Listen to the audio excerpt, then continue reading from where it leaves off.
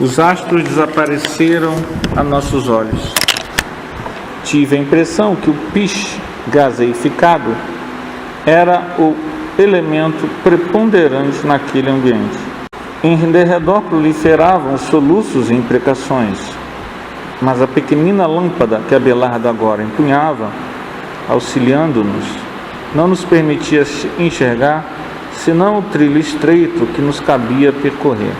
Findos alguns minutos de marcha, atingimos uma construção mal iluminada em que vários enfermos se demoravam sob assistência de enfermeiros atenciosos. Entramos. Aulos explicou que estávamos ali diante de um hospital de emergência, dos muitos que se estendem nas regiões purgatoriais. Tudo pobreza, necessidade e sofrimento. Este é o meu templo atual de trabalho, disse-nos Abelardo, orgulhoso de ser ali uma peça importante na máquina de serviço. O irmão Justino, diretor da instituição, veio até nós e nos cumprimentou. Pediu escusas por não lhe ser possível acompanhar-nos. A casa jazia repleta de psicopatas desencarnados e não poderia dessa forma deter-se naquele momento. Deu-nos, porém, permissão para agir com plena liberdade. A desarmonia era efetivamente tão grande no local que não pude soptar meu espanto. Como cogitar de reajuste num meio atormentado quanto aquele? O assistente, contudo, me amparou, aclarando: importa reconhecer que este pouso é um refúgio para desesperados. Segundo a reação que apresenta, são conduzidos de pronto a estabelecimentos de recuperação positiva ou regressam às linhas de aflição de que procedem. Aqui apenas atravessam um pequeno estágio de recuperação. Alcançáramos o leito simples em que Libório, de olhar esgazeado, se mostrava distante de qualquer interesse pela nossa presença. Enxergava-nos impassível, exibia o semblante dos loucos quando desfigurados por ocultas flagelações. Um dos guardas veio até nós e comunicou a Abelardo que o doente, trazido à internação, denotava crescente angústia. Aulos auscultou paternalmente e em seguida informou: o pensamento da irmã encarnada que o nosso amigo vampiriza está presente nele, atormentando-o. Acham-se ambos sintonizados na mesma onda. É um caso de perseguição recíproca. Os benefícios recolhidos no grupo estão agora eclipsados pelas sugestões arremessadas de longe. Temos então aqui, aleguei, um símile, quer dizer, há uma cópia, perfeita, um exemplo perfeito do que verificamos comumente na Terra, nos setores da mediunidade torturada. Médiuns existem que, aliviados dos vexames que recebem por parte de entidades inferiores, depressa como que lhes reclamam a presença, religando-se a elas automaticamente, embora nosso mais sadio propósito de libertá-los. Sim, aprovou o orientador. Enquanto não lhes modificamos as disposições espirituais, favorecendo-lhes a criação de novos pensamentos, jazem no regime da escravidão mútua, em que obsessores obsidiados se nutrem das emanações uns dos outros. Temem a separação pelos hábitos cristalizados em que se associam segundo os princípios da afinidade. E daí surgem os impedimentos para a dupla recuperação que lhes desejamos. Ficamos aqui. Um dos maiores problemas nossos, que já estamos numa certa idade, já atravessamos o pórtico dos 30 anos, dos 35 anos, dos 40 anos, após uma certa idade, eu não vou dizer aqui qual, após uma certa idade, não há uma regra. Quanto mais velho nós somos, mais arraigados as nossas manias e a nossa forma de pensar nós somos. E isso, a princípio, não há mal nenhum. quando a gente fala assim, perdoa, e você retruca, mas eu tenho esse problema assim, assim. Você está me dizendo que não quer perdoar. Entenderam isso?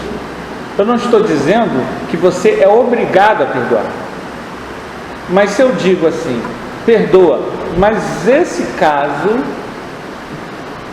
você está dizendo assim, eu não vou perdoar. É disso que ele está falando. Porque é fácil você dizer aqui que eles estão numa obsessão recíproca, mas a gente não se olha e não se pega nesses casos. Porque quando eu justifico, no caso do exemplo, do perdão, qualquer coisa para não perdoar é obsessão recíproca. Que geralmente, no caso, encarnado, mas tem gente no meio. E aí você vai ficar anos e anos fazendo palestra, dando estudo, dando passe, e está obsediado, porque você não perdoa. Outro dia eu escutei de uma pessoa que se define como espírita. Vejam bem o que eu quero dizer com isso. A pessoa se define como espírita, não é problema meu, é ela que está se definindo como espírita. Se você diz eu sou espírita, é você que está dizendo que é espírita, não sou eu que tenho que dizer se você é espírita ou não. Que ela já tinha perdoado 70 vezes 7, no caso específico. Veja bem, isso não existe na doutrina espírita. Vocês estão entendendo o que eu quero dizer? Eu não sou obrigado a perdoar. A doutrina espírita não vai te impor uma obrigação que você não queira fazer. Você não é obrigado a perdoar, você não é obrigado a amar, você não é obrigado a nada. Mas, para ser espírita, trabalhador, médium, passista, isso tem que ser uma prioridade na sua vida. Veja bem, eu não estou dizendo que nós já perdoamos todo mundo, não é isso, mas isso é uma prioridade. Vocês entendem a diferença? Uma coisa é ser prioritário, outra coisa é eu conseguir. Quando eu quero colocar uma coisa como prioridade, eu não crio obstáculos. Essa região é uma das coisas mais tristes de se ver. Eu gostaria muito que todos nós pudéssemos juntos, encarnados, vivenciar 30 segundos nessa região, em que o ar que você respira parece lama. Você está respirando lama. Um ambiente totalmente negro que você não vê nada, e que tem milhares e milhares de pessoas mergulhadas no que parece ser uma lama, cabeças gritando, espraguejando, enlouquecidas. Quem são essas pessoas? Gente que você encontra todo dia na rua. Gente que quando você dizia assim, olha, matar não é legal, sabe de nada, tem que matar todo mundo. São essas pessoas que estão lá. São essas pessoas que criaram esse ambiente. Esse ambiente é criado pela nossa mente. Eu tive uma experiência de adentrar numa casa para fazer prece, em que eu tive dificuldade de respirar. O ambiente era abafado, pesado e opressivo. E olha que eu sou casca grossa para sentir essas coisas, mas foi adentrar a porta, eu senti o ambiente. Aí eu entrei em prece. Não me interessava ficar, oh meu Deus, não, precisavam. E a gente fez o culto lá. Essas coisas são sérias. Não me interessa, naquele caso que eu estou fazendo assistência, eles não poderiam pensar assim, ou pensar assado, ou ser assim, ou ser assado. Por quê? Confrontam essas pessoas. Sabe o que vai acontecer? Elas vão se defender, dizer que não tem nada a ver, que não tem nada demais do que elas fazem, que está tudo certo, que a gente é fanático, que a gente é exagerado, que isso é coisa que todo mundo faz. Vejam bem, eu estava falando com um jovem uma jovenzinha. Ela começou a abrir a evidência e ver coisas. Ela começou a abrir a evidência e ver coisas. E a questão que ela me colocou: então eu não posso ir mais a lugar nenhum de jovem? Eu falei: não é isso. Veja bem, quem está vendo é você. Você está vendo que isso que ela está vendo o quê? Essa jovem adolescente. Que isso que o livro diz não é uma fantasia. Que os ambientes, tem 100 mil pessoas, tem 500 mil espíritos. Então, se a espiritualidade está permitindo que você veja, é para que a gente possa o quê? Se policiar. Se você for num ambiente desse, e a gente está chegando aqui perto do carnaval, eu não posso ir na pracinha aqui, só tem criança brincando. Se você vai sair da sua casa, vai subir a rua, todo esse ambiente está trevoso. Você não é proibido de sair, mas você tem que vigiar. Porque é um tiro, é uma bombinha que explode perto de você, você xinga, aí eles xingam, daqui a pouco teu marido vai, o marido de vocês, ou namorado, vai querer comprar briga, sai um tiro, morre, acabou. Natal tem essas coisas. Quer passar a mão em você? Não, passou em mim, eu sou uma senhora. Aí você olha para o marido, vai lá, não vai fazer nada, ele vai lá, tira, leva uma facada.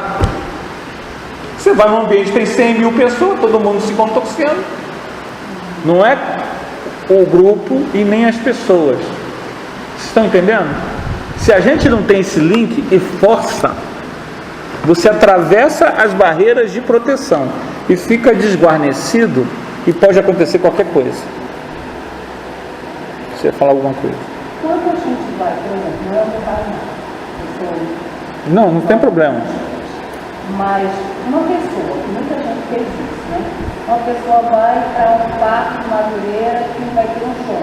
Só que, eu não sei se você estava viajando, se você soube. Eu soube pelo Facebook. Né? Eu estava aqui no Bino. Arrastando e coisas horrorosas aconteceram. Sim. Isso aí, espiritualmente falando, isso é o quê? É uma onda de espíritos trevosos que, sei lá, por algum motivo, é o que isso? Não, veja bem. A pessoa sai para se divertir. Quase todo mundo que estava ali é gente de bem, gente que foi se divertir, e não tem nenhum problema você fazer isso. Ok? Não tem nenhum problema. Quem foi ótimo. Se gostou, ótimo. Se não gostou, ótimo. Teve arrastando, certo? Provavelmente teve pancadaria, certo? Dentro de onde me mandaram um monte de coisa. Veja bem, se você vai para um local, com todo respeito, gratuito, um grupo famoso, você não quer pagar 40, 80 reais, você paga 80 reais para o teu conforto. Porque você sabe que quem paga 80 reais para ver esse grupo, não vai estar ali para querer passar a mão nos outros ou roubar os outros. O cara pagou 80 reais para entrar. Mas se tu vai num lugar que é público, está entendendo? Todos nós estamos sujeitos a qualquer coisa que aconteça. Vamos esquecer o lado espiritual da coisa. Eu estou indo para um lugar que é público. Você tem que tomar as medidas necessárias para você se resguardar. O lado espiritual, ele vai ter muita proteção. Toda a festividade, no Parque de Madureira, na Portela, na Vila, em qualquer lugar, tem proteção espiritual.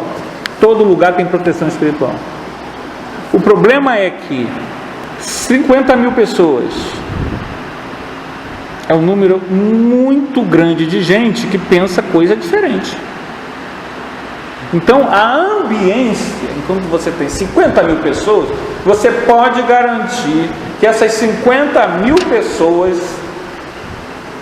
estão todas elas sem álcool, sem maconha, sem drogas, sem intenção de sexo, sem intenção de briga, sem ódio na alma e só pensando em prece? Pode garantir? Não. Nem 10 pessoas a gente pode. Nem 10 pessoas na casa espírita você pode.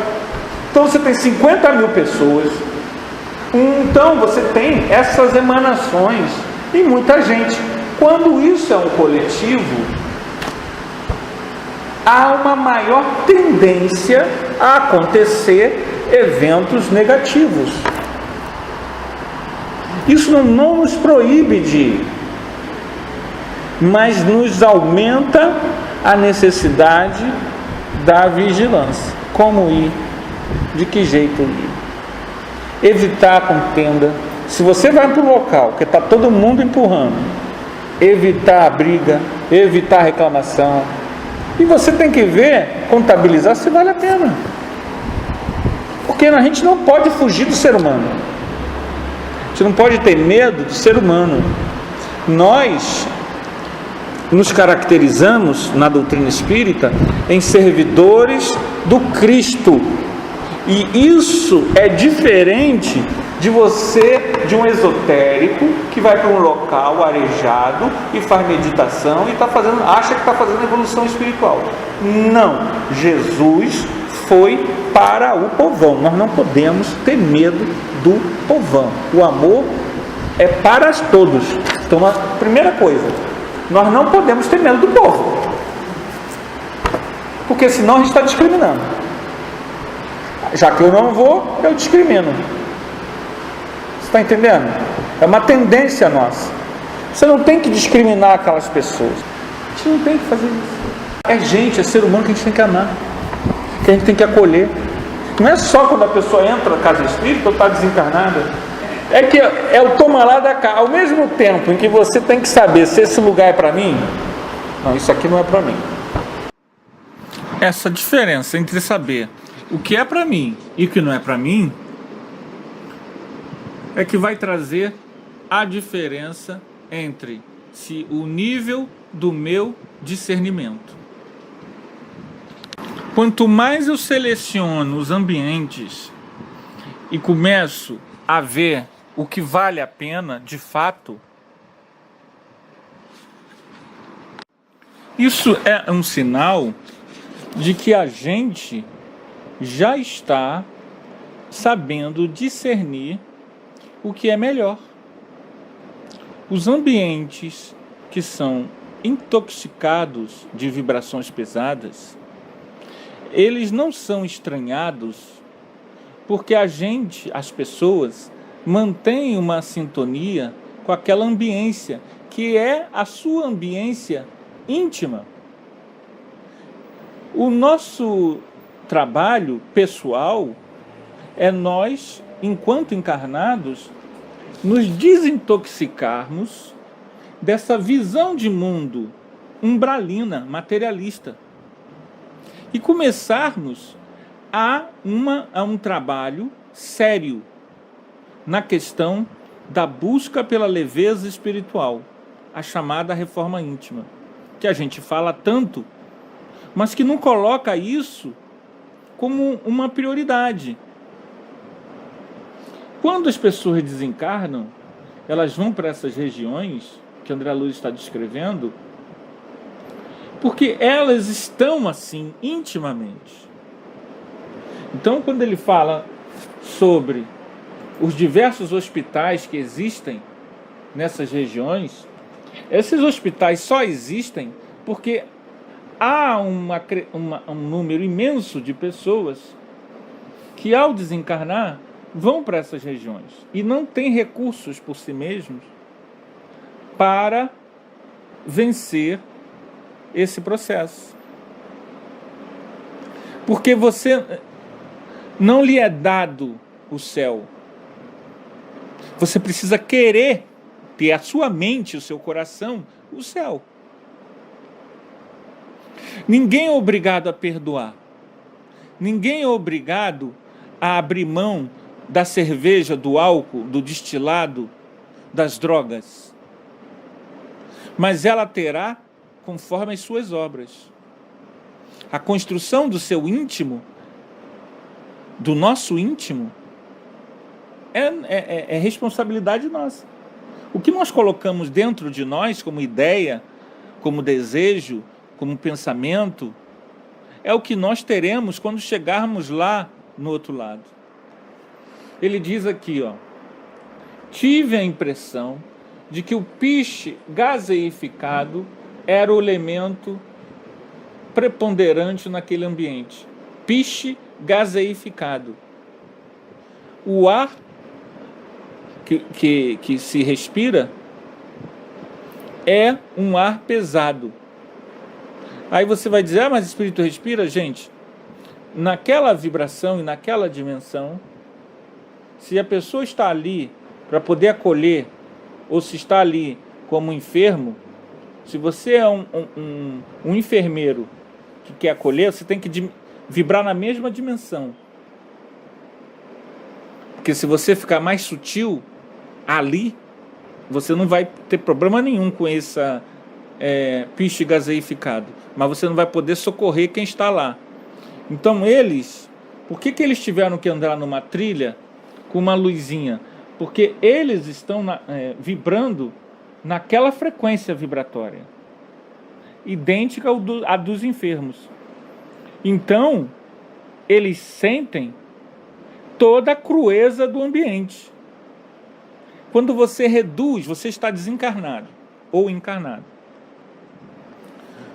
E você reduz a tua vibração para uma vibração mais grosseira. A vibração mais grosseira, ela é mais grosseira porque ela é mais materializada. Então você meio que perde a sua ascendência espiritual. O espírito não respira. Mas quando ele adensa a sua vibração para vibrações mais pesadas, ele tem características mais humanizadas. O espírito inferior, que a gente usa esse termo, né, inferior, o espírito mais materializado, ele se caracteriza justamente por ter características humanizadas. Características essas que ele não tem necessidade por ser um desencarnado, mas que ele as possui por ser inferiorizado, por estar muito terra a terra. Então, quando esses espíritos, eles querem assistir, eles têm que estar na mesma dimensão, na mesma frequência vibratória. Por isso que André Luiz, ele pode descrever como é a atmosfera daquele ambiente. Porque ele, naquele momento, ele está, no perispírito dele, está na mesma frequência vibratória dos enfermos. Então ele tem que andar. Ele teria muita dificuldade de volitar com o perispírito pesadão. Ele precisa de lanterna. Todos que estão ali precisam de uma lanterna para iluminar o lugar. É uma coisa complexa o mundo espiritual. É fascinante, mas é complexo. Findo alguns minutos, atingimos uma construção mal iluminada. Então vocês vejam que a construção é uma construção para assistência de espíritos daquele ambiente, mas que nem por isso ela consegue fugir da pressão da egrégora, da psicosfera do ambiente. Então é um hospital de emergência. Em geral, você tem coordenadores que não são daquele plano, mas muitos dos resgatados, dos trabalhadores, são pessoas que foram resgatadas naquele plano. Aí ele fala, como cogitar de reajuste num ambiente tão atormentado? Gente, é triste as condições em que nós nos colocamos vibratoriamente. Mas realmente, para muitas pessoas, ele é uma emergência básica, porque se não tem esses hospitais, não tem nada. As pessoas demoram mais tempo para se recuperar, mais tempo para voltar a reencarnar, e sem ganho, porque não trabalharam no bem, no mundo espiritual. Então a possibilidade de mudança na próxima reencarnação é mais demorada. Então vejam bem, esses postos socorros emergenciais, eles são escolas também, educandários, em que você vai dar a essas pessoas uma chance de ter um conhecimento melhor das coisas. Não adianta você pensar em que essas pessoas serão, na próxima encarnação, espíritos de luz. O trabalho é de formiguinha, o trabalho é lento, o trabalho é educacional e coletivo. Muitas dessas pessoas a gente tem que lidar de forma compassiva e paciente. E aí você vê o processo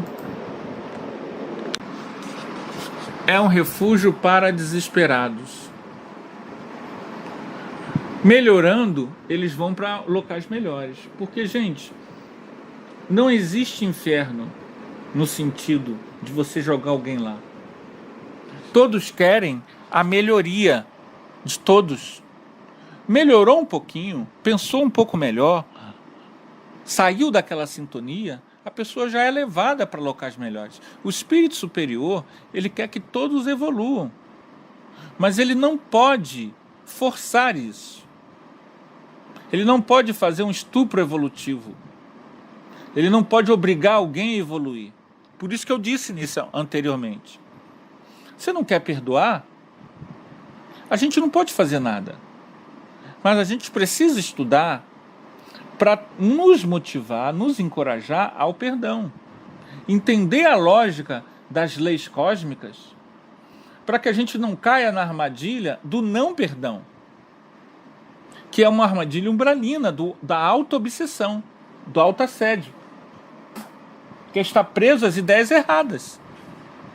Olha só, eles alcançaram o leito, o que o Libório, o obsessor, né, se mostrava distante de qualquer presença. Um dos guardas veio até nós e comunicou a Abelardo que o doente trazido denotava crescente angústia. Que angústia era essa? O pensamento da irmã desencarnada que ele vampirizava está presente nele. Ambos sintonizados na mesma onda. É o segredo da obsessão. É a sintonia na mesma onda. Ela é obsediada porque ela se mantém na mesma faixa vibratória do obsessor. Se ela quisesse uma mudança, de fato, ela seria obrigada a mudar sua personalidade.